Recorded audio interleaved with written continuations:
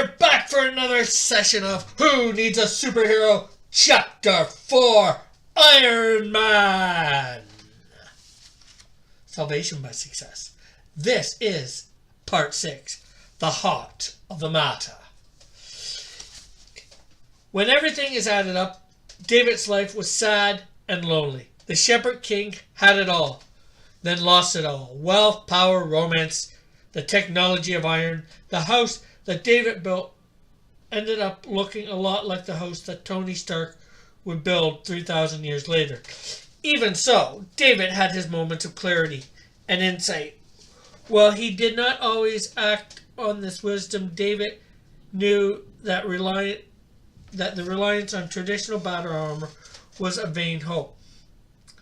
The Lord is my strength and my shield, David asserts in Psalms chapter 28, verse 7, recognizing that the spiritual armor provides more ultimate protection than the latest defense technology.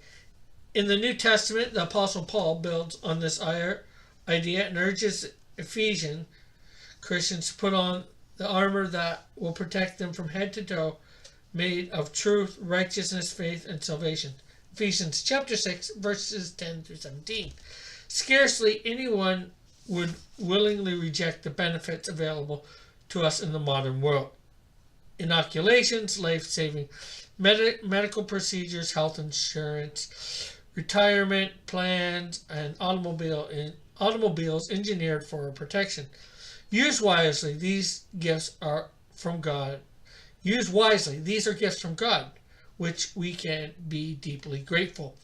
Yet these measures can do more to guarantee our security than Iron Man's armors can ensure his well-being. Money, technology, and success are the exalted trinity in our achievement of driven culture. But these false gods cannot save us. How can we explain the sad fact that scientific progress is outstripped only by the rising dependence upon antidepressants? In Psalms 51, David ponders how success has failed to bring him happiness and peace. As Israel's king reflects upon his own failings, he confesses his deepest need. What David craves is not more wives, more iron, or more power. David already had all the outward gifts that the world can give. What he yearns for is an inward gift, a healing, a transformation within himself. Create in me a clean heart, O God, praised David, and put a new and right spirit within me.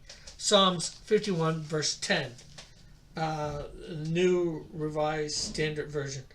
In utter honesty, David admits that his problems have very little to do with what goes on around him. That's why riches, royalty, and iron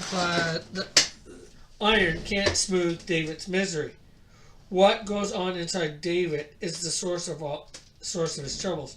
Like Tony Stark, David's crisis is essentially a heart problem. He aches for the purity he cannot achieve on his own, a spirit right with God. In other words, in the words of the latter prophet, David needs a new heart, a living heart transplanted to replace a heart of stone. Ezekiel chapter 36, verse 26. In Iron Man's darkest night of the soul, struggling with addiction, watching his corporation being stolen by rivals, battling his own rebel technology, Tony Stark has probably raised a cry similar to that of David in Psalms 51. Perhaps you have done so as well in your own dark time. Few of us can claim to never have leaned upon an empty hope or placed faith in a false salvation. Most of us discover by bitter experience the chinks in our own armor and the limits of worldly security. Such experiences can break us, but they are also many to point us in a new direction. As I write these words, Tony Stark's fortunes are rebounding. His new romance is admittedly rocky, but might still be salvaged. He has cleared himself of superstitious accusations. Recent injuries are healing, and Stark is reconnecting with alienated friends. Perhaps things are finally turning around for the ironclad Avenger. However, I suspect that Iron Man will soon find himself mired in some new personal crisis. Part of this is the nature of an ongoing monthly narrative. A painless life makes a boring story. But even beyond the demands of good storytelling, something seems fundamentally awry in Tony Stark's life. For all his considerable gifts, he remains strangely unfulfilled. As he searches for personal salvation through riches, romance, pleasure, and technology, could he be looking for the right thing in the wrong places? Iron Man keeps placing his faith in externals, but his most persistent problems arise from within. Behind the armor, Tony Stark remains as insecure and vulnerable as ever. Maybe he has overlooked a crucial clue in his own origin. Remember that moment in the crude laboratory in Vietnam when Tony Stark reclined helplessly on a table wrapped in the work of his own hands?